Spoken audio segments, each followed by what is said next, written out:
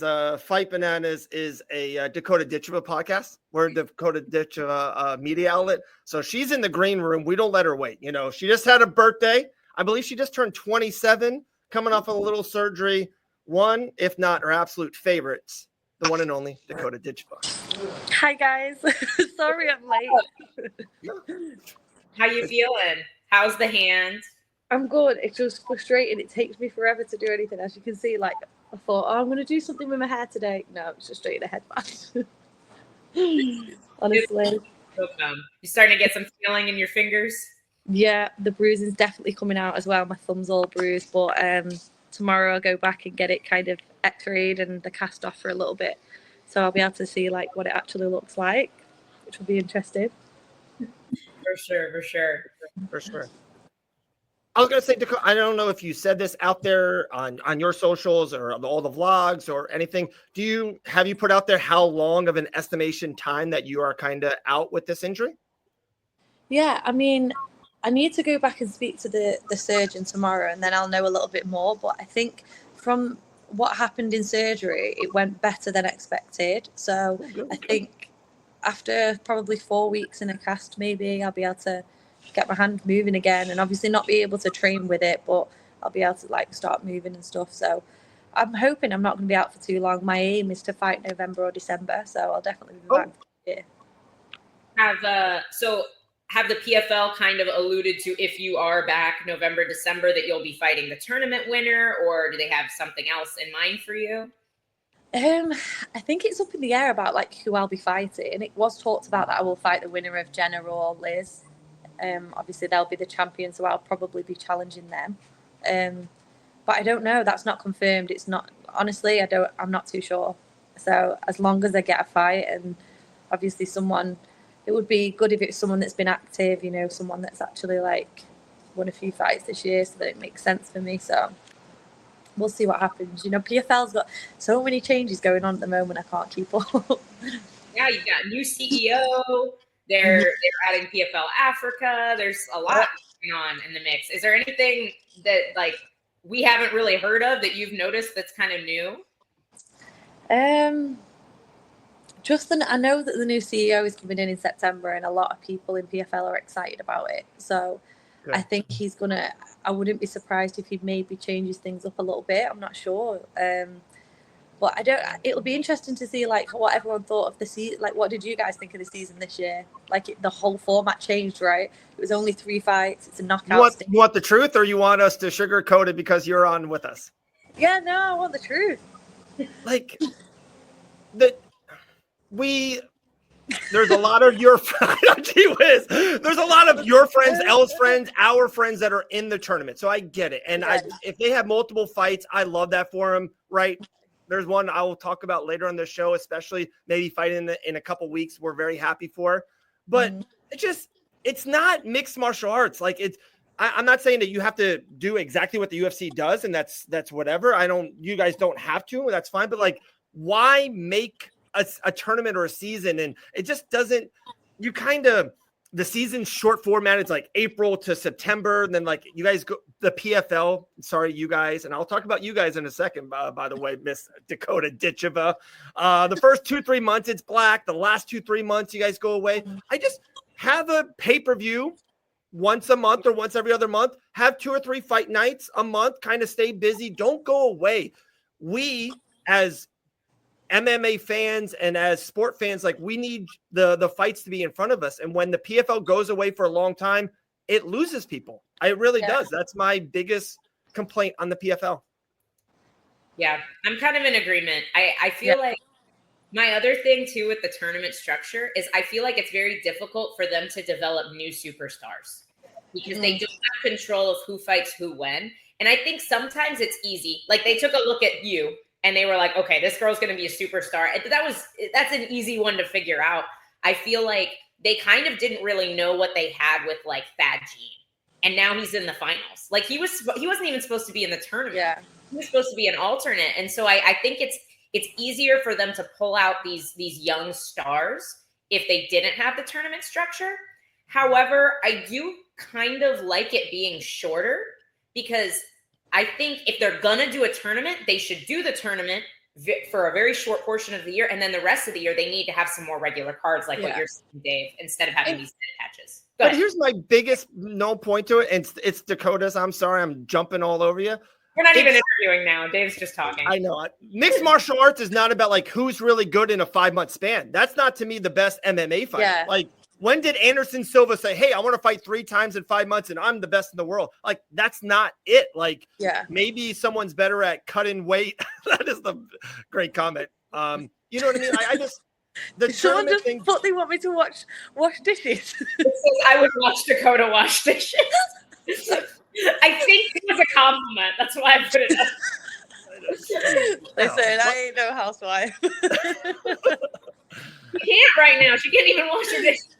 Yeah, I'm struggling right now. But do you know, it's interesting to hear what you guys think, because sometimes I think the same. Like, I lose my momentum when I've been out for 8 months, and last year, in the tournament, me fighting regular was actually really good for me. So, I do enjoy having it. Like, people in the UFC have been waiting over a year for one fight. You know, like it's a long time to be out. So that's kind of like the positives of it. I do really like being in a season format and knowing when my next fight is. But then at the same time, like you said, like, do you just want me to see set people rather than just seeing who I draw in the next round type thing? It's difficult to know. Right. All right. One journalistic question, and then after that, we're going to promote your vlogs. You want to promote T-shirts. We're going to talk about your friends. I got one journalistic question for you, Dakota. I'm sorry. Okay. I got to go here. Okay. You're my favorite. I got to go here.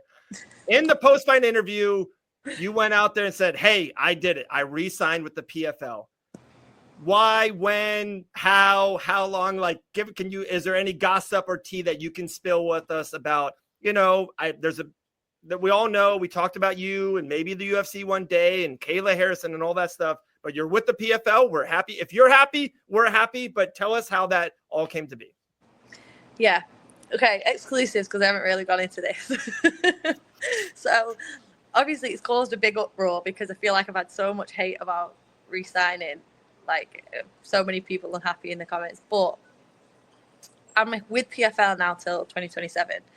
I'm in a contract with them until, a certain amount of fights plus till the end of 2027.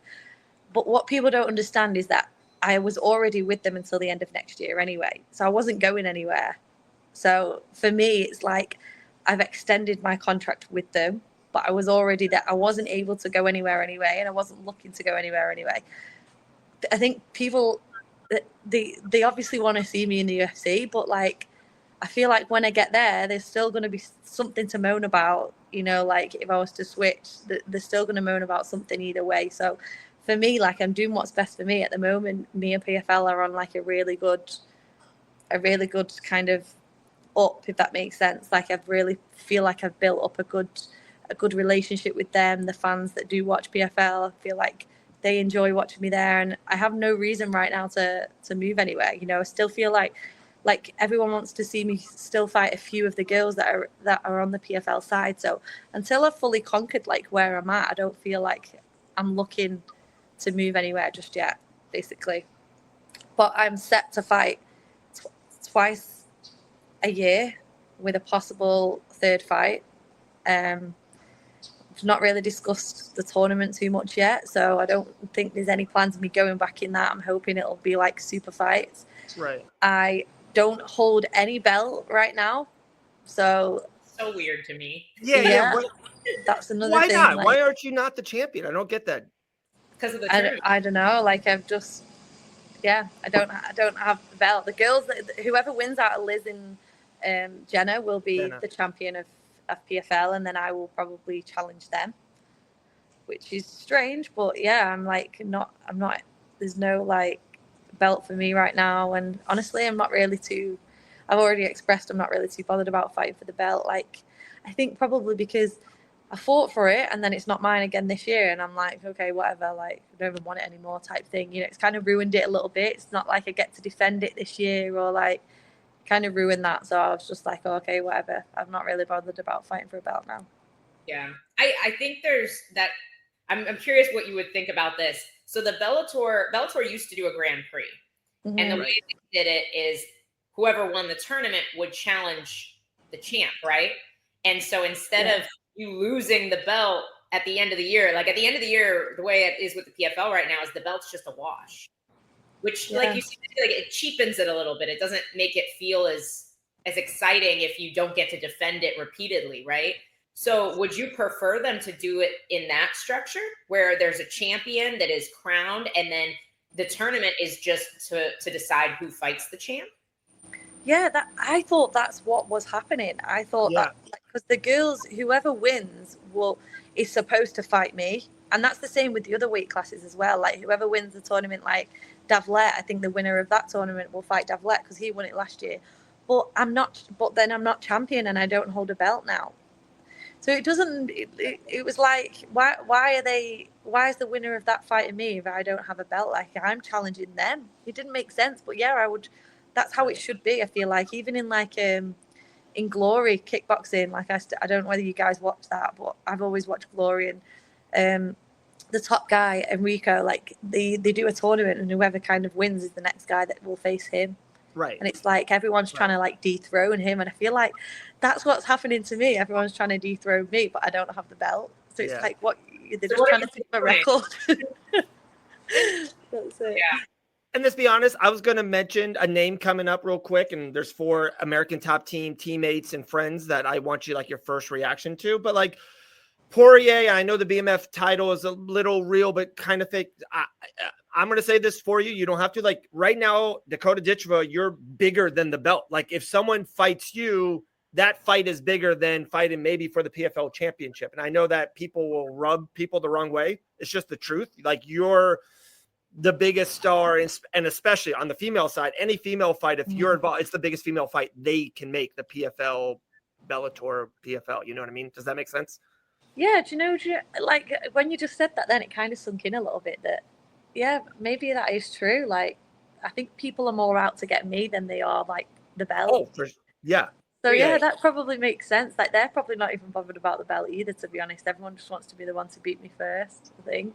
So yeah, that probably makes sense. Like, that's why I say like I feel like that probably. Like I don't need the belt now. Like no one's coming after the belt, even if I've got it. They just want to like fight me and be the one to kind of dethrone me. I agree, and this is an interesting kind of facet to that. Obviously, last year you beat Tyler Santos. I think a lot of people thought was obviously your biggest test to date. I hear she's been kind of trying to get back into that spot right now. She correct me if I'm wrong. She did fail. She failed the drug test. That's why she's not in the team, correct? So do you know if she like how long she's suspended for, or if that fight might happen again? Well, I mean, I would beat her again, so I don't mind fighting her again. But if she did, she's out for 6 months because she got a negative. She got drug tested and failed. So I know she was out for, I think it was 6 months, which would then, I think they said she would come back at the end of the year. And then the other week she posted a photo of me and her like on a story and put revenge in Portuguese with a target on it. So I think she could possibly want that fight back. I don't know, but I mean, I say I would fight her again because I really don't care who I fight, but why does she deserve it over anyone else? If it was a close fight, I would give it her, but it wasn't. And she's a cheat.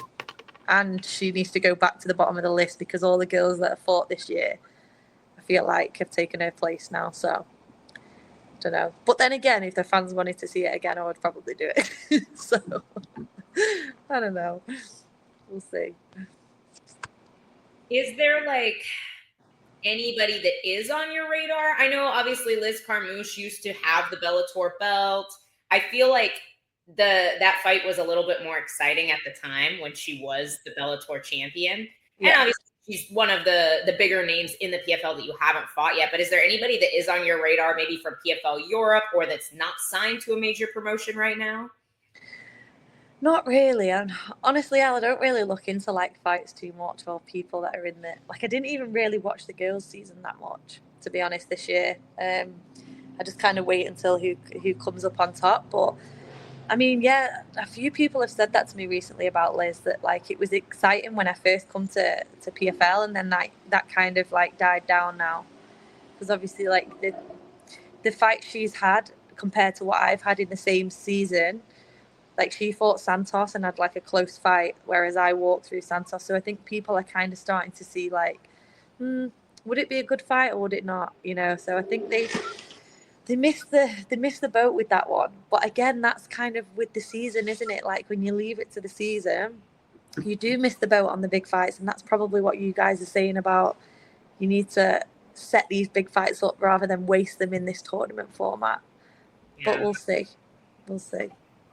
No, I agree, and I think it's like the way it happened with the welterweights. I know I keep bringing up his name, but I've been so impressed with how Thad Jean went from somebody nobody was talking about to somebody everybody's talking about in just a few months. And I feel like his fight with Jason Jackson was such a big fight.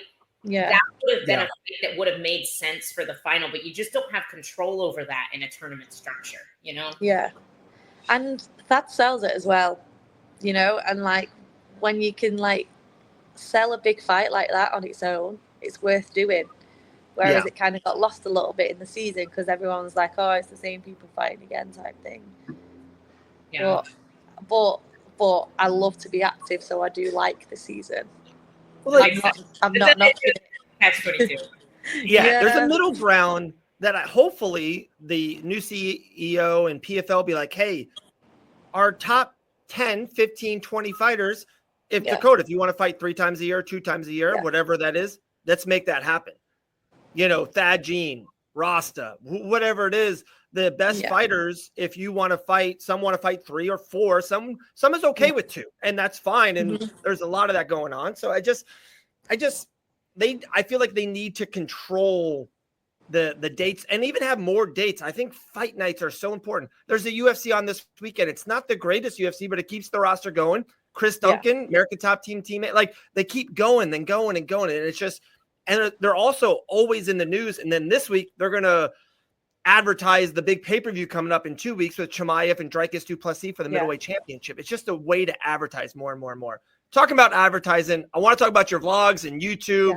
Let's push that as much as possible. It's such great content. Like how did you one day be like, hey, this is something I definitely want to do? Were you talked into it? Was it a family idea, or whose idea was it to be like, hey, I'm doing this? Because not a lot of fighters do it like you and do it nearly as good as what you and the family are doing. Yeah. I mean, we've always been really popular on my Instagram. So like everyone, I feel like any story I posted that had my brothers in it always did better than anything I ever posted.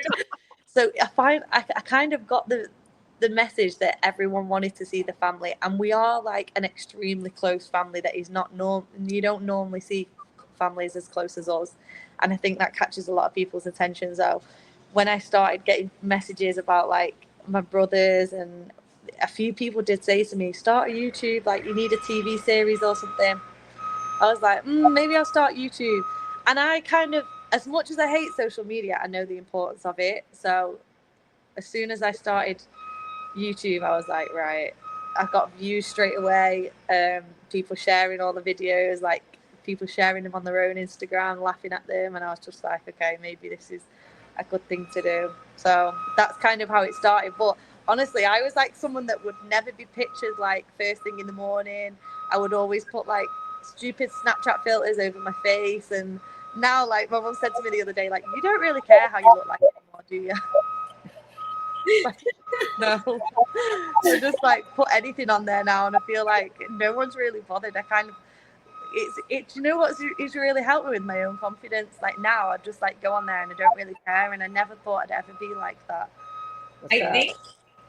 I think that people like the authenticity. I think we went from like an ultra filtered where everything had to be super hyper edited and look super perfect, and I think people are enjoying more just almost reality TV level content where it is a little bit more unedited and unscripted. Maybe you guys can be like the MMA Kardashians. Yeah. Yeah, something like, do you know what? I know one day we're going to 100% have some kind of series. I know it's coming. I feel it straight away. And to be fair, a few like even like DAZN and stuff have always said like, oh, we'd love to come and like film you and your family, and we're always like, we'll wait a little bit, like we're waiting to hold out for like a proper series or something. But I've just got my brothers on YouTube as well, because they're doing their own vlogs now, and everyone's watching all their stuff as well. The Ditchev Bros, they're called, and they're just it's really nice. It's good. I could definitely see, like, I saw Daily Wire did like a documentary on Joe Pyfer. Like, I definitely feel like that's the route you could go with your. It's true, but you are right about like the content that you keep real. Like I did like I had a videographer come and film one of my fight weeks, and it like looked so good. The vlogs he did were really, really good, but no one was really bothered about how it looked. They all just wanted all the little like real bits, that I normally put in. So I went back to like doing it myself after that. I feel like we have to put this comment up, Dave, because it's our next guest. One of them. Why can't they be friends? Why do they always have to fight each other? Why can't Dakota and Carly be friends? Why not? Why can't we just be friends? Why not? She is in the green room. We'll get to her. Carly, we see you. It'll be 2-3 minutes. There's like 4 names. Dakota, I want to throw 4 names at you. 20 seconds, 45 seconds, however you want to go. 4 American Top Team teammates, friends. I would love they've all kind of are in the middle of some big stuff. Would love your take. You ready? Okay. First, The Last Dance, Dustin Poirier. Oh, do you know what? As long as he keeps coming to the gym and we can watch him train, I'm happy he retires. But as long everyone, you'll back me up. Everyone gravitates towards him when he's training. Yeah. Like everyone loves to watch him. Gutted, but what a great career. Second one, Johnny Eblin. Dog. Okay. I want to see his rematch, to be fair, but let's see if he gets his belt back or not. Yeah, they got to. It was such a good fight, and crazy ending, and Johnny was pretty dominant at the beginning. It just makes sense. I think they will run that back. Another one it feels like she comes up every time you're on the show with us, Kayla Harrison. First time talking to you since she been crowned the champion. 30 seconds on Kayla Harrison. A goat. I mean, she's one of the main people I really, really look up to. I feel like her transition through like judo, Olympics, like PFL, UFC, I look up to her a lot. And she's someone that's given me a lot of advice as well on my kind of path through PFL, just making sure I navigate and make the right choices. And very grateful to have someone like her in the gym for sure. Love it. Love it. Last one, he'll be fighting in a couple weeks, fighting for a championship, Dalton Rasta. Oh, dear me. Dalton Rasta. What can I say about him? Nothing much. He ain't got nothing much. I think he's a strapping young lad. Very, very strong, good-looking guy. I mean, very, very. I'm not going to disagree with that. But that's all I'm going to say. All right. Dakota, I'm sorry. I apologize. I'm untamed. Are you going to be in Hollywood in a couple weeks for that fight and for that fight week? I'll be there to watch for sure. Yeah. Very cool. Very cool. I'll be there to chat to you guys. I was going to say we're doing something special down there, kind of with the PFL maybe. So Elle will talk to you off air. We're super excited. We're doing something very cool and special live in Hollywood in a couple weeks. So hope to see you there. I'll be there. Thank you, guys. Guys, you. Happy birthday. A couple of days ago, 27 years young. If not one of the greatest female fighters alive today. 15-0, Dakota Ditcheva. Appreciate you like always, friend. Thank you so much. Thank you. Bye, guys. Dakota. The best. All right. There we go. So they don't have to fight. Why can't our next guest and them, they can be just good friends maybe one day in the UFC. But guys, first time talking to her, 26 years young, even younger than